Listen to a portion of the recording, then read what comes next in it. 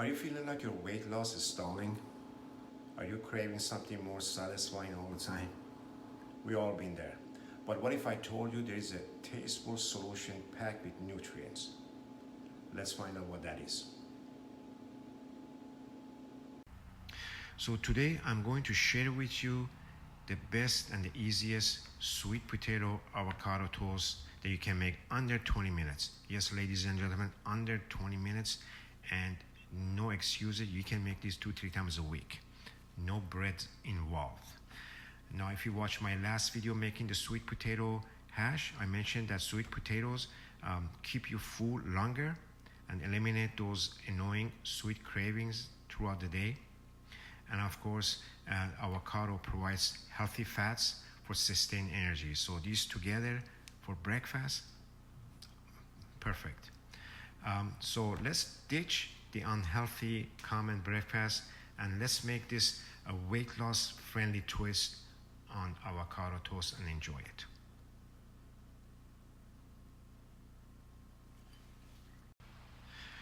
But the best part is yet to come. We are going to add some secret ingredients to take this sweet potato avocado toast to the next level. You can't see them right now, but you will. You have to stay to the end of this video to see the full recipe and unlock the flavor potential of this healthy dish.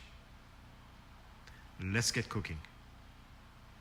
So the first thing we want to do is start with sweet potatoes, because we want to cook these for 15 minutes or so while we assembling the topping and get that ready. And once these are done, come out of the oven, let them sit for a few minutes to cool off, and then we go ahead and assemble the toppings on sweet potatoes, and we enjoy it. So what I did, I'm using one large sweet potatoes, sliced in lengthwise, and then I'm using a non-stick tray. I still spray these because it makes it easier to clean up later. So I set them in the tray, brush them lightly with some oil, and some salt and pepper on each side. And you want to just lightly brush them, you don't want to soak them. And then this way they're ready to go in the oven. We're going to set the oven temperature at 400 degrees and set the timer for 10 minutes. My convection oven does it in 15 minutes. So ovens varies, size of the thickness of these varies. So it is safe to check on 10 minutes and go from there. You probably have to go another 5 minutes or so. Convectional oven takes a little longer, just a few more minutes. So that's why I say it's safe to check it after 10 minutes. So I'm going to put this in the oven and get it going, and then we're gonna work on the toppings. So I have 4 medium-sized avocado here, and then we're going to add our secret ingredients. Now you can't see them, they're not secret anymore. So what are they? I have about a quarter of diced red onions, and then half of lime juiced. This is 1 Roma tomato or half a small tomato diced. You can also use cherry tomatoes later on top, but this is the way I do it. And then I'm going to add a tablespoon of chopped cilantro.